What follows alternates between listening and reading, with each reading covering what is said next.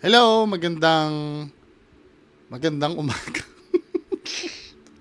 Ang dami kasi nagsasabi na na-reaction ko daw. Ako, papanoorin ko na lang, di ba? Kaysa reaction ko.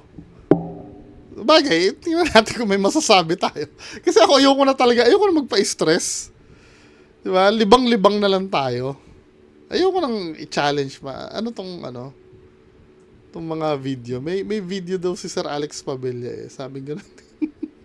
Asar talo na naman si Bangongot TV. As in Bungal TV at Bangko de Peligro. Ano to?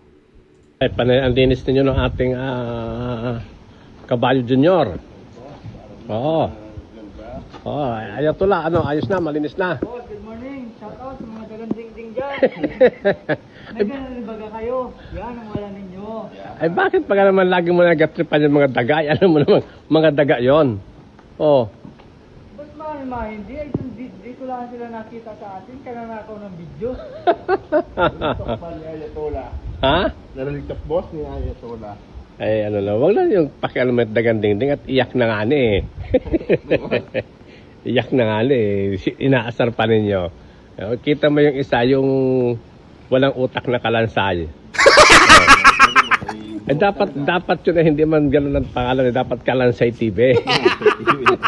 Uy, very good ha. Very good. Magandang idea. Di ba? Kalansay TV, yung isa Bangongot TV. Maganda. Very good ha. Very good. Bungal TV.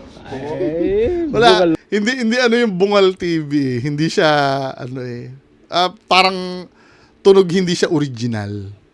Kalansay TV, oo, pwede. bungal, muyag na muyag na. Oh. Ayos. Kalansay TV. Very good ha.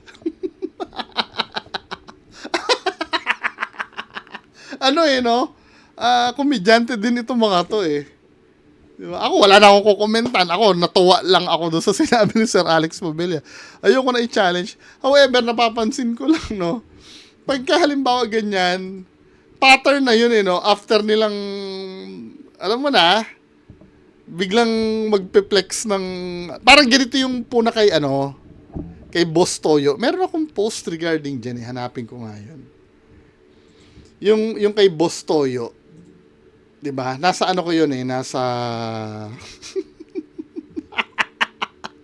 nasa photos ko. Sabi dito, 'di ba? Parang ganyan din yung banat din kasi ni Boss Toyo. Asa na 'yun? Kasi 'di ba na-bash si Boss Toyo tungkol doon sa yung pinagtatanggol niya si Ria Vlogs. Ba yun? Ito. Then, asa na yung ito? Ito kasi, di ba maraming nag-aano kay Boss Toyo. So, ganito yung ginawa ni Boss Toyo. Kung pwede lang maging kupal uli at walang hiya, yung tipong nagsisimula ako sa online na lahat inaaway ko at pinapatulan para masabayan ko kayo lahat. Kaso nakaalis na ako dyan eh. Masaya na ako dito. Tandaan nyo, kung obob ako at mangmang, di sana tulad nyo ako, ha. Mag-e-enjoy na lang ako ng winning sa buhay ko. Tapos sabi nung nag-comment, no? Sabi gano'n, sabay gano'n, haha, kapag napapahiya kayo sa Sokmed, bigla magpo-post ng achievement. Nile-level up din ang manners, hindi lang ang bulsa. At minsan, ang pagkakamali, tinatanggap, hindi nilalaban pa. Kahit alam mong nagkamali ka. 'Di ba? Parang feeling ko habit 'yan. Pagka halimbawa, no, maghahanap sila ng way para ipakita na yung talagang angat sila. 'Di ba? Nasa inyo na 'yan. Achievement niyo 'yan eh. Wala namang aagaw niyan. Kaya lang parang every time na napapahiya at na alam mo 'yon, yung parang napupuntusan, biglang maggaganyan, magfi-flex ng kung ano-ano. Na parang, anong point nun, di ba? Katulad nito, no, yung kay Sir Alex, anong nun, Ano ngayon kung wala akong ganyan? 'Di ba? Ano kung wala akong sports car? Ano yung ano ba yung ano no?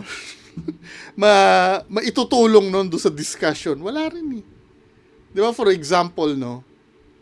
Sinasabi ko sa'yo, ang sagot sa 1 plus 1 ay 2. Ikaw naman, pinipilit mo, ang sagot sa 1 plus 1 ay 3. Obviously, mali ka eh. Tapos biglang pakikitaan mo ko ng sports car, hindi pa rin nagiging tama ang 1 plus 1 is equals to 3. Kahit na, or nagtatalo tayo, no? Sabihin ko sa'yo, ang asin ay maalat. Sasabihin mo, ang asin ay matamis. Natatalo ka na dahil marami na nag-a-agree na maalat talaga ang asin. Biglang magpapakita ka ng sports car. Alam mo yun, min? Wala eh. Oo, impressive dahil may sports car ka, pero andun pa rin yung yung kaanuhan mo eh. Diba? Hindi ko nakukuha to. Magandang umaga sa inyo lahat, sa mga basher namin, boss, at sa mga followers namin. Magandang buhay. Yan, ayos. Oh. Oy, to be fair ha, si Sir Casper, oh. Nagsimula na ng trabaho. Oh, ayan. Manager na siya, oh. Ayan ang mga kasama niya. Oh. Baka naman ibas pa ninyo ito. Baka sabihin naman ninyo na ito ay paihi. Hindi. Ang sabi mo kasi, Sir Alex Pabella, si Casper ay manager. 'Di ba? Siyempre, gusto din namin makita na talagang manager. Pero malay mo, manager siya ng mga pump boy. Nagsimula na ng trabaho. 'Di ba? Oh, ayan. Oh. Ayan ang mga Pero okay na yan. At least, meron talagang, sa totoo lang, mas maganda na ito kaysa yung buntot siya ng buntot kay Tito Norms, 'di ba? Yung kay Tito Norms, ang gagawin niya lang doon, humiga-higa sa sala, pa cellphone. Ito talaga, Casper, trabaho talaga to. kasama niya. Oh. 'Di ba? Baka naman iba. Napakaswerte mo, Casper, nandyan. Huwag mo nang anuhin yan. At sana, sabagay, buhay mo yan eh. 'Di ba? Kung ako sa'yo, magpakaigi ka na lang dyan. Yan talaga, totoong may kita dyan. Kasi ipipilit mo yung sarili mo sa social media. 'Di ba? Ito yung yung barrel ba? Bas pa ninyo ito. Baka sabihin naman ninyo na ito ay paihi. Walang paihi dito. Paihi. Wala namang sinasabing ganun. gano'n. Yung paihi dito. Nag-iimbento ka na naman ng si Paring Casper. Oh, nasa gas station na. Merong video ito na na nagre-refill siya ng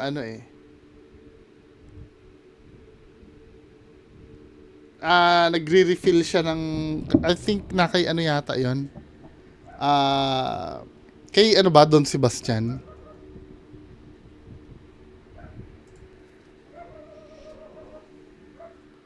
Don Sebastian. Okay, Don Sebastian nga yata yon.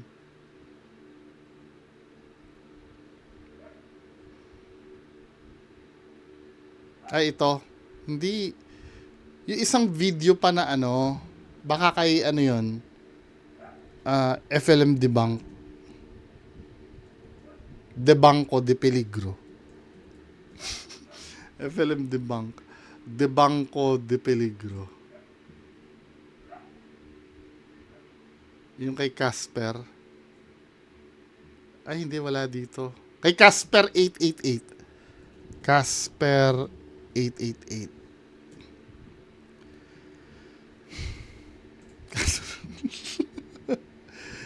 Natuwa ako dun doon sa video ni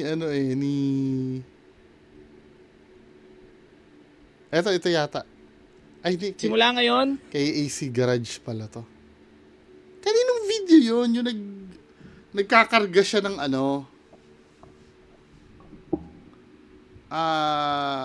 nagkakarga siya ng gasolina. Anyway, yun lang naman yun, no? Pero, yung nangyayari kay Casper, okay na yan. 'Di ba? Ikaw naman, Casper, no? naka-establish ka na ng magandang relationship sa mga naging kaaway mo eh. Nakausap ka na namin eh. 'Di ba? Pumagitna ka namin. 'Di ba? Hindi naman namin masisisi na sumama ka diyan, eh nabigyan ka naman talaga ng trabaho. Pero this time, alam mo na dapat yung tama at mali. 'Di ba? Kung may papagawa sa na ikakapahamak mo, alam mo na tatanggi ka. Ha? Wish ko din naman maging mabuti ang takbo ng buhay ni Casper. Anyway, yan lang naman pong pag-uusapan natin ngayong umaga. Magandang umaga sa inyo lahat. Bye-bye.